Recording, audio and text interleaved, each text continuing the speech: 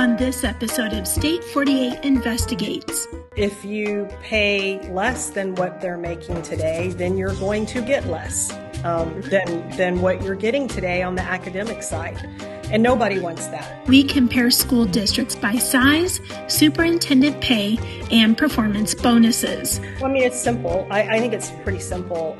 In my experience, I have yet to see where that performance pay has any meaningful impact on academic achievement. State 48 News got tipped of a public school superintendent with an earning potential of nearly $500,000 a year. And you'll only know if you do a public records request that actually gets billed.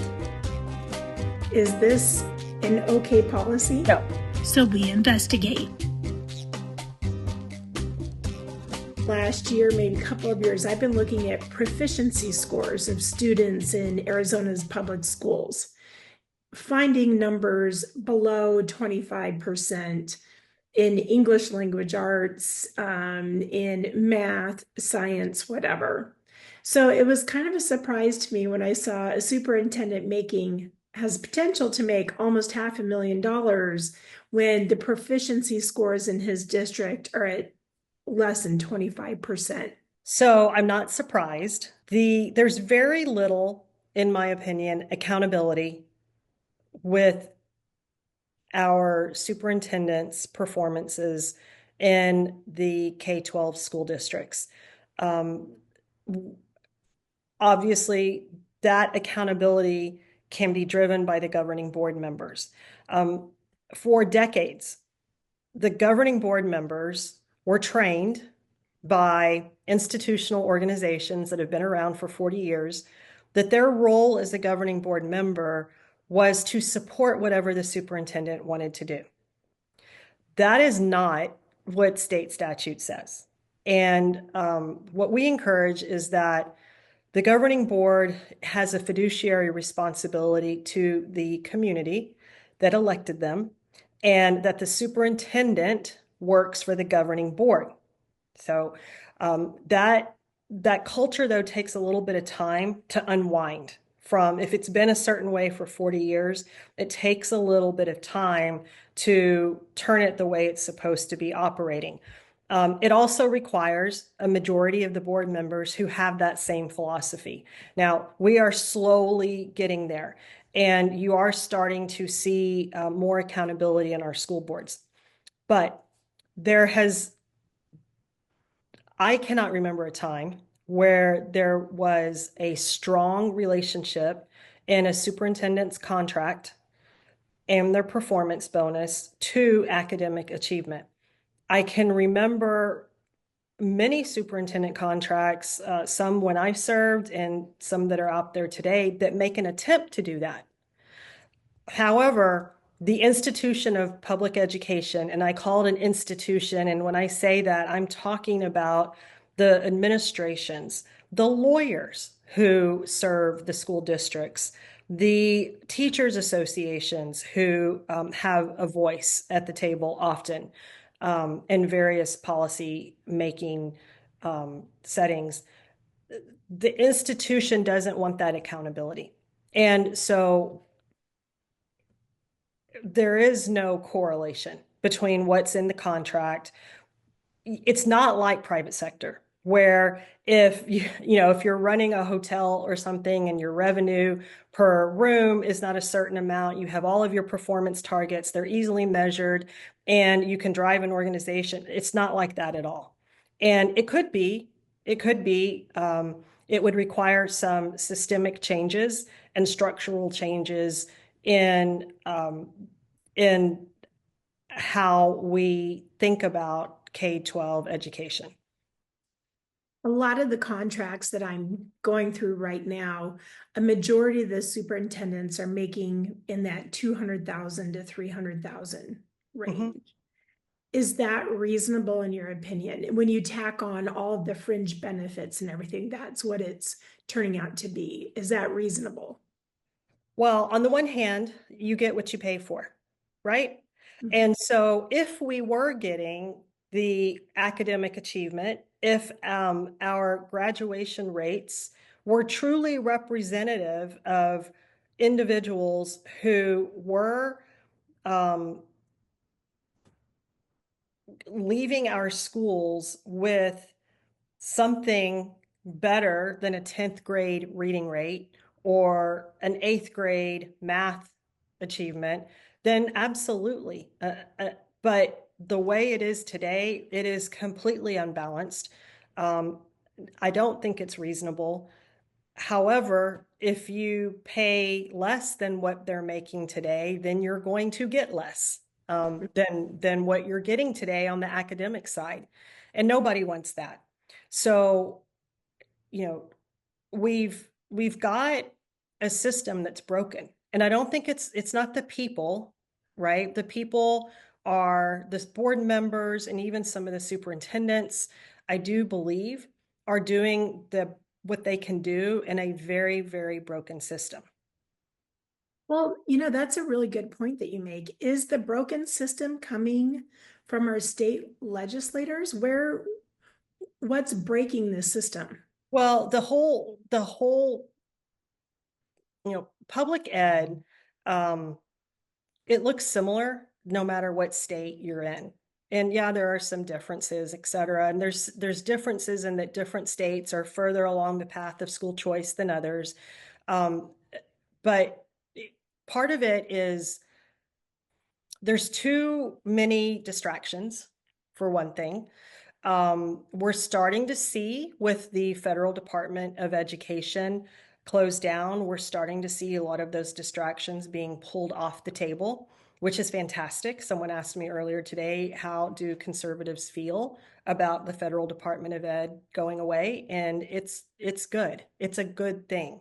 And we're very excited about it. We don't know quite yet what the future looks like as some of those responsibilities come to the state and maybe even the local school districts.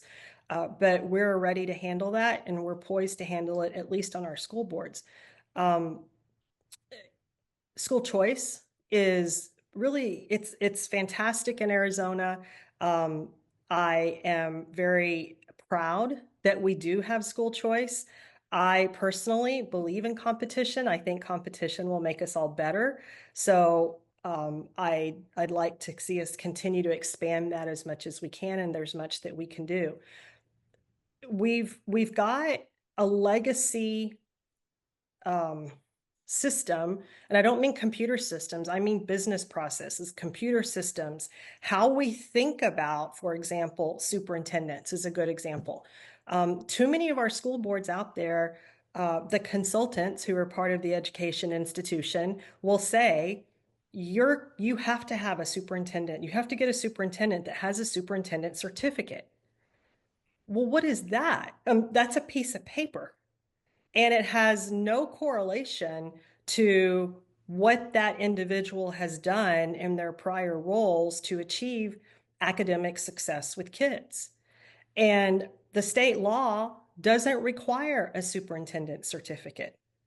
So why are we, as school boards, why are we pigeonholing ourselves into a pool of individuals simply because they have this piece of paper?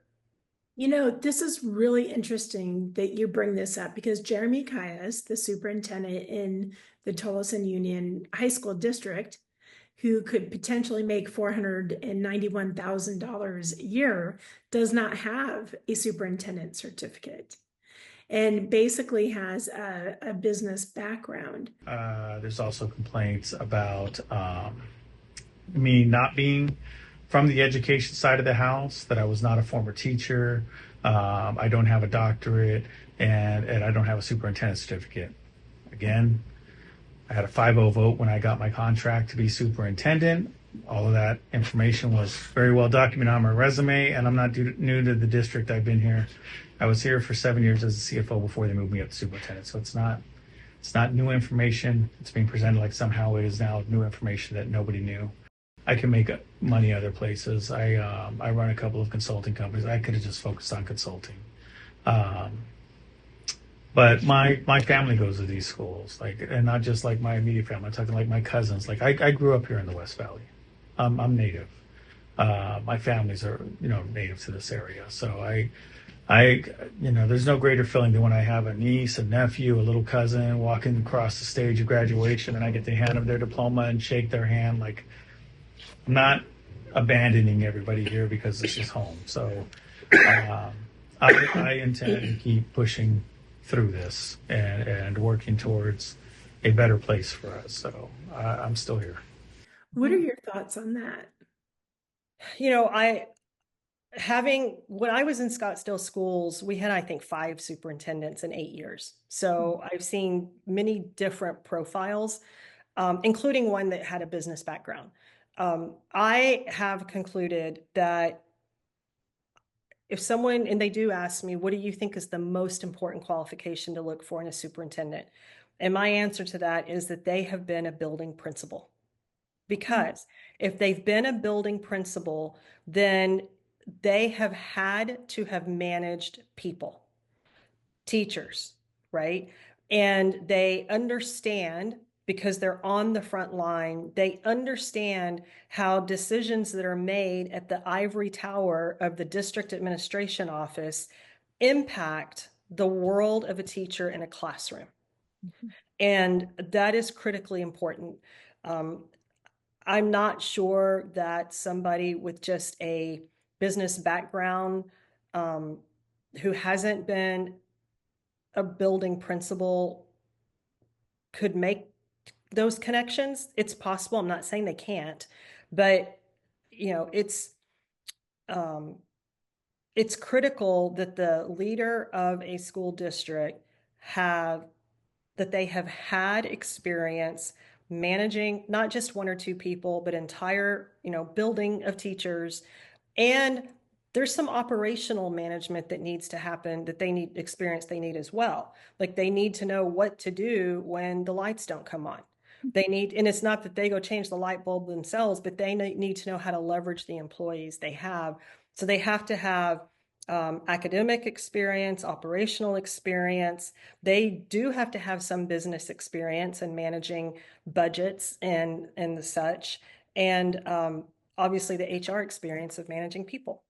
It's a big job. And then when you say that's a superintendent's job, right? And they've got multiple schools, they may have 20,000 students, 1,200 teachers. It is not unreasonable to suggest that that person shouldn't be compensated at 6 figures. It's very reasonable. But when you do that, you expect to get something in return. And for us as conservatives in this space, what we're looking for is we expect our students and our families to be served, and that is measured by the academic achievement of the students that they serve. So here in Arizona, there is a law that superintendents for performance-based pay can make up to 20% of their base salary. Should we tackle this? Well, I mean, it's simple. I think it's pretty simple. In my experience, I have yet to see where that performance pay has any meaningful impact on academic achievement. It just doesn't. I have seen districts and boards try to make a connection between performance pay and maybe some academic achievement metrics, for example. Or they may have a rubric of metrics. Maybe it's not just all academic. Maybe they want to throw in, some budget, or some, maybe it's opening a new school successfully. There's other operational. The challenge we have, though, particularly when it comes to academics, there's such a lag between when you get those official academic results, typically from the state. There's about a 6-month lag from when the students take the exam to when the districts get those results. And the institution is very good at doing 2 things. One, taking advantage of that lag. When they're setting the metrics, well, we can't really use that metric because we won't get the data in time. The other thing the institution is very good at is trying to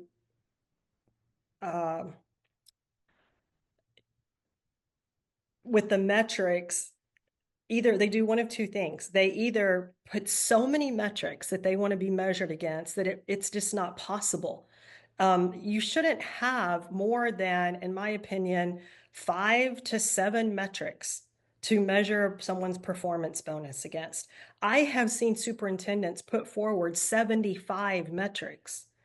And knowing that some of them are subjective, they're not all objective, and also knowing that some of those metrics you can never find a good data source by which to measure it. And then finally, on most of those metrics, you have no baseline. So you can't make a determination if there was any improvement made or not. One of my questions is the size discrepancy. Yes. So the superintendent of the largest district in the state could potentially make $200,000 less than the superintendent who's about 70th in size. What are your thoughts? Well, I don't, it's illogical, right? I would ask you, are you seeing the justification in the academic achievement of those districts, or is the academic achievement comparable? Yeah, Comparable. Yeah, so there's no correlation, right?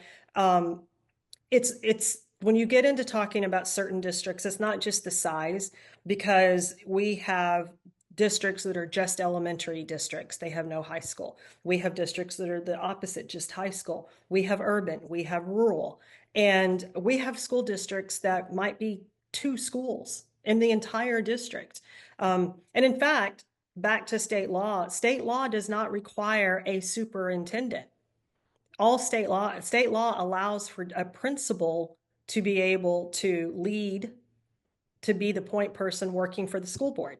So it's all over the board. And, you got to wonder in those districts that are very small, that are paying a superintendent, much more than a much larger urban district superintendent is making. You've got to wonder about the financials. And how can they do that? How is it possible that they can make that math work? And without digging into it, unfortunately, we have the Auditor General who does a really great job of taking the data that is submitted by the school districts and cranking out some really fantastic reporting to alert us to situations like that. I think we saw that in the Isaac School District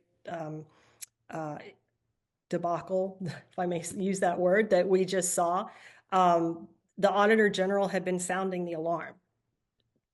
Unfortunately, they didn't have board members in Isaac who were paying attention.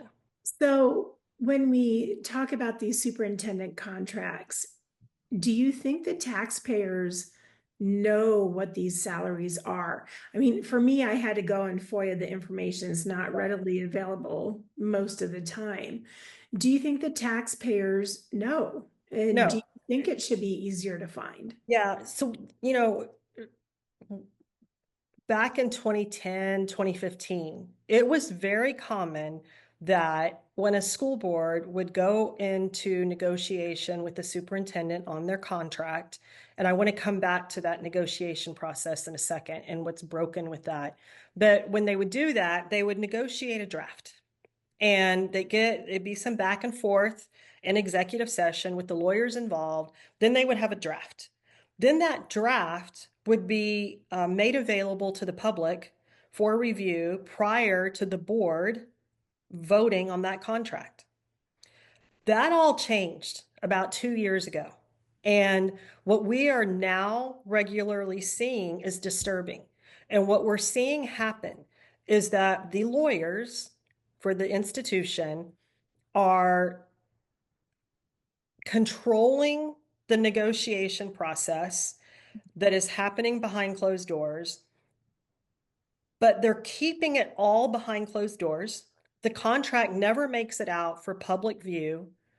The board comes out of exec, they make a motion, they vote on the contract, the public's never seen it.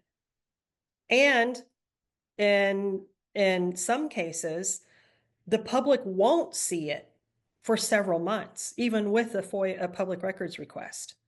It's all being negotiated. They cannot vote in executive session. They do come out in the public and they vote, but you don't know as a member of the public what they're voting on. And you'll only know if you do a public records request that actually gets filled. Is this an okay policy? No. And it's not policy. It's practice might be a better word. And, where we do have conservatives on the majority of school boards, we're going to start seeing that change. It is a way to keep the community quiet. And if they don't know, they won't get fired up about a $400,000 salary. They won't get upset when the golden parachute is a payout of the full 3-year contractual term. There's many terms in these contracts that are egregious. And that brings me back to what I wanted to talk about a second ago as well, which is the negotiation process. The negotiation process, to demystify what that looks like, imagine that you're in a room and it's the board and it's potentially the candidate or maybe the current superintendent's contract's being renewed and a lawyer. Well, the lawyer who is negotiating and inking this contract is typically a lawyer who's on retainer with the school district. The school district pays the lawyer, pays their bills.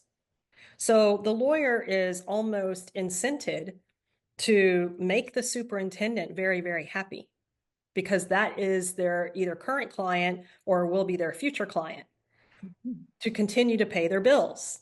And you have the 5 board members who don't have representation, their own representation in the room negotiating these contracts.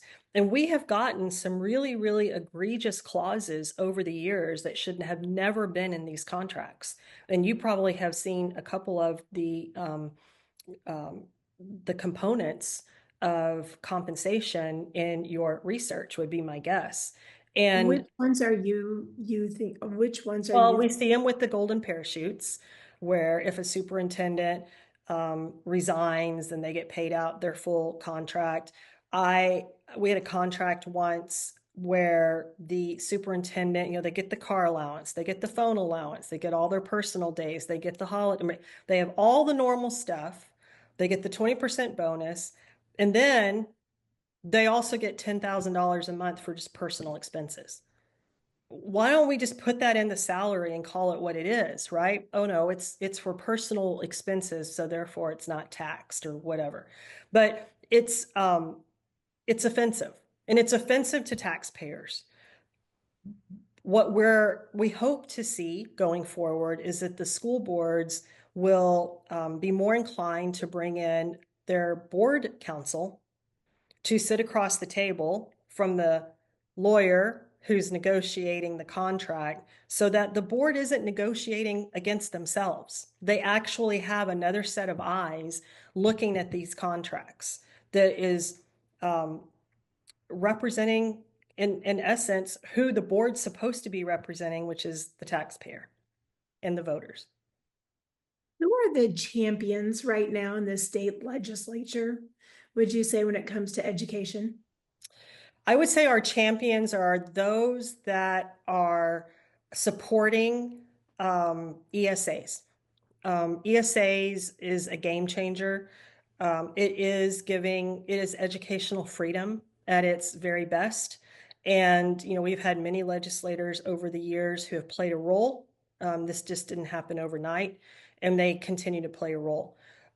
We also are starting to the coalition, we have a seat at the table now. And so we're starting to see the legislators, they come to us and they help us with this policy, help us craft this policy. They run things by the coalition. Does this make sense? And and there are many of them, and I'm not going to call out names. They know who they are. But the legislature generally, I'm not going to complain about what they're trying to do in the space, in the education space. It's just, we have got to tackle school finance at some point. It's a beast. It's incredibly difficult. And I don't even know how that looks or when that might be on the horizon, but it's definitely something that needs to be addressed as school choice becomes more prevalent in the state. We cannot be very forward thinking with school choice, but still be using a school finance for our K-12 government schools that's been around for decades. For years and years, we've been hearing about teachers are not making enough money in this state. And now we're seeing superintendents making $250,000 to $500,000 a year. Mm-hmm. How do you think that they will feel when they hear this? The teachers. I Mm-hmm. think the teachers are numb to it, honestly. I've even seen, this may blow your mind, and I just saw this last year, last budget cycle, where the Teachers Association in many school districts across the state we had board members who wanted to give more of a pay raise to teachers than they wanted to give to administration. So, for example, maybe we give a 3% pay raise to teachers and we do a 1% for administration. Well, when you think of raw dollars, you could probably actually give a 5% pay raise to teachers because their salaries are 55 to 65,000 and spend less money than a 1% pay raise on a $500,000 employee would be, right? And so economically, it makes a lot of sense. But we literally, and this is mind blowing, we saw teachers associations come to make public comment to advocate that administration get the same percentage as teachers. Yes, and it's mind Is blowing. this that Common Core math? No, I think it comes from a place of, um, you know, our teachers generally they're very warm-hearted people, and when you're a teacher in a building, there's collaboration, they're colleagues, right? There's a let's stick together mentality, but it just doesn't make sense. So I do think the teachers are numb to what some of the administrators are making. It's when they see somebody who was a teacher in their ranks 2 years ago and has done whatever they've done to now become a director or an assistant superintendent making six figures, that the eyebrows get raised because that was their peer not that long ago. And how did they get there and I'm still here? We see some of that more. But no, I think maybe it's just they've resigned themselves to this is what it is, and it's not going to be any different. But I don't see a lot of outrage from teachers. So yesterday I contacted Tom Horn to ask him for an interview, and we'll be doing an interview later. But uh, what I thought was really interesting is he is the lowest paid state superintendent in the country. Oh, I didn't know that. He makes 85,000 a year. What do you think about that? I don't know. Our school board members make zero.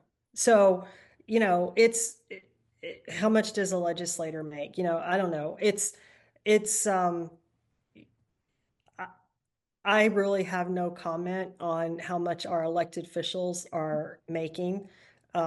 Sometimes I look at how hard some work and I feel like, they, this is, they're doing it out of the goodness of their heart. And then others that are getting paid, and I look at them I'm like, God, like why can't we find somebody else to go, make that's willing to make that kind of money that could do a better job? Do you think school board members should be paid? That's a good question. There's there's a part of me that says yes. Um, it's volunteer.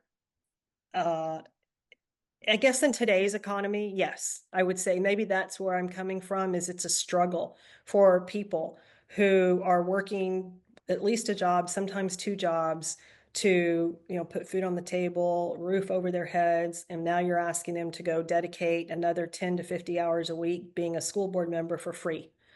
Um, in those economic times, yes. But I remember, when times were good, no, you didn't really need to have, you had plenty of people out there who were willing to dedicate the time and, and take away from either their professional life or their personal life to serve their community. Public servants, should any of them be paid? But then again, you go back to, well, you get what you pay for, right? So, I've been covering all these stories about school board members and travel and that kind of thing. yes. Do you feel that school board members might feel like travel is part of compensation? Is that why we're No, seeing I think some no, school no. boards? I think no. I believe school board members look at travel as a boondoggle and a place to, let's get on a plane, let's go stay at a fancy resort, and let's go listen to a couple of speakers who are going to tell us how we should be governing our schools and have a great time. It's offensive, in my opinion, that our school board members and our superintendents are encouraging it are traveling to these conferences when at the same time they come back at the very next meeting and they're talking about cutting teachers or increasing class sizes. It's completely upside down. I will also tell you, and this isn't a school finance conversation, but the school districts have a lot more money than they lead the Arizona voters to believe. The school districts themselves, they have cash, plenty of cash, not all of them, but most of them, particularly the urban school districts, and their budget carry forward, which is money they get from the state that they didn't spend in one year, they can carry it forward to the next year, has grown immensely. I did a quick analysis the other day. It used to be capped by the legislature. I think it maybe 4%, possibly 6%, but it used to be capped. And in 2016, that cap was removed. That percentage of what the budget carry forward allowable, that has grown now because the cap's been removed. We've got some districts that are carrying 50%, 25%. And what that means is they're not spending it, they're just carrying it over to the next year. And what the superintendents will argue is that it's a rainy day fund. I'm like, well, you've been screaming that it's raining for a really long time. Why are we talking about cutting the classroom? Why are we talking about 1% pay raises for teachers when you have all of this excess capacity in your financials? And so, we're working to bring some sunshine to that. We're working on the transparency as much as we can. And with the transparency will come the accountability. I think the bigger question should be, rather than what are we paying, it should be, what does the future look like for the profile of a superintendent in Arizona? Um, I've been in this space for a really long time, and I am seeing, and it's slow, but it's happening. I am seeing the quality of our superintendents, new ones that maybe are coming in from out of state or they're moving around Arizona. I'm seeing the quality of experience drop.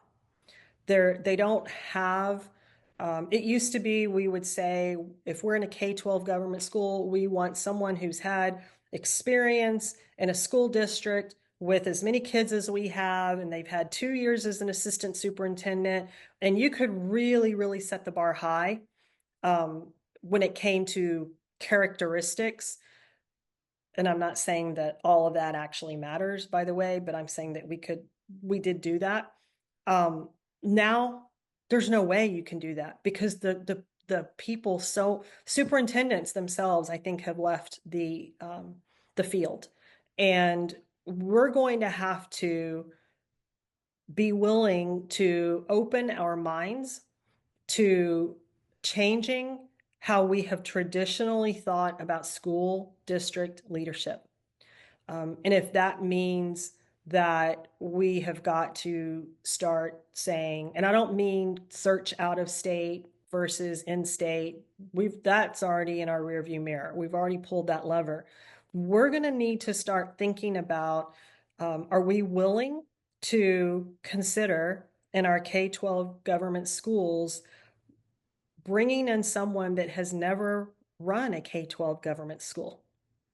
Maybe they have run a school, maybe they've run a system of schools in the private or the charter sector, and they have the academic achievement results to back up their work.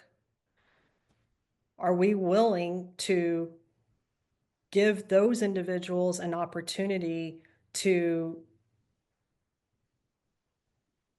do what's right for kids in the K-12 schools? Or do we want to keep relying on the letters after their name, PhD, the superintendent certificate, all of those things that we have seen now hasn't really met our needs or met the needs of our children? So that's a tough conversation.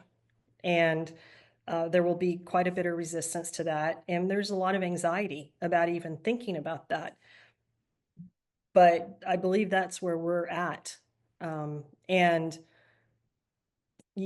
school boards have a choice. They can continue to recycle the same superintendents from all across the country that are hopping from one district to another, and they get a big parachute on their way out. We've seen that many, many times, particularly here in the Valley. Or we can start saying, you know what, we're going to have to rethink how we approach this. Well, thank you so much for your time today. You're welcome. I appreciate it. Thank you. I feel like we could talk for hours and hours on a whole bunch of topics. So, So no, I appreciate the time and the opportunity. And, I'm very optimistic. I was just telling another group this morning, the tide is turning, and I can feel it and I can see it happening.